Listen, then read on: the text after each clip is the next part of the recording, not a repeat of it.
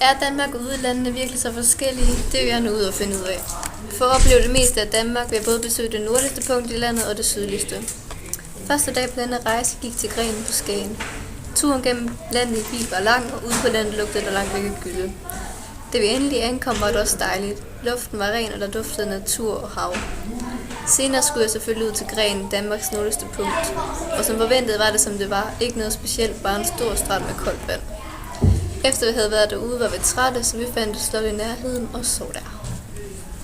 Næste dag kørte vi sydpå igen ned til Djurs Sommerland på Djursland. Der prøvede jeg Thors Hammer. Det var mega sjovt. Der duftede dejlige candyfloss og ristede pølser.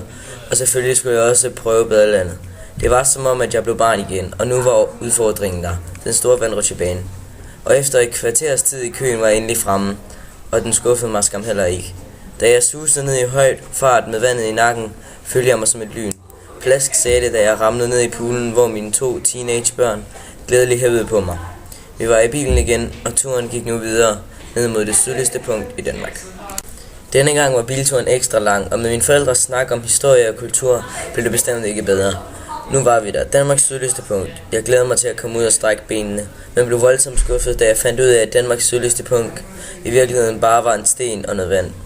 Med denne kedelige oplevelse tjekket af, kunne vi nu travle videre mod lufthavnen, hvor vi senere i dag tog kurs mod det varme Kreta.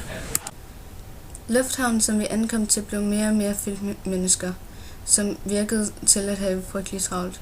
Ikke nok med, at mennesker stod omkring os som en menneskesvætter, så steg varmen også, og jeg kunne mærke hovedpine banke.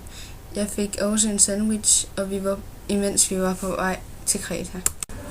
Da vi landede, var vi omringet af danskere, som alle sammen ville have fat i deres kuffert hurtigst muligt. Det tog cirka en halv time, inden vi kom ud fra lufthavnen. Da vi kom ud, ventede bussen på os og nogle andre mennesker. Varmen var anderledes, men det var omgivelserne bestemt også. Der stod palmer. Vi gik igennem lufthavnen, og netop som jeg havde regnet med, hev både Hjalte og Amalie i mig, fordi de nu havde set lufthavnens parfumeafdeling. Jeg gispede og håbede, vi snart var ved hotellet. Jeg ankom på hotellet med min familie. Vigtigst af alt med min nye parfume. Klokken var 20.30, da vi ankom, så der kunne ikke nås særlig meget. Udover at få noget mad og en god lang søvn. Jeg vågnede kl. 7.00, fordi min djævle mor kom ind og vækkede mig.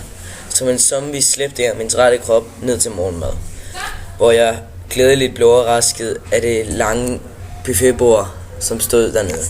Turen i dag bestod af en togtur på Kretas udfordrende veje. Jeg har glædet mig rigtig meget til i dag. Det med at opleve noget giver mig et rush, som gør, at jeg bliver glad og har energi til resten af dagen. Turen skulle starte kl. 10.00, og den kørte fra hotellet og så ud til den græske kultur. Efter denne togoplevelse kunne vi komme i gang med min yndlingsting, nemlig at ligge sol ved poolen. Da vi havde brugt cirka 3 lange dage ved poolen, kunne vi tage hjem med et smil på læberne og kulør på huden.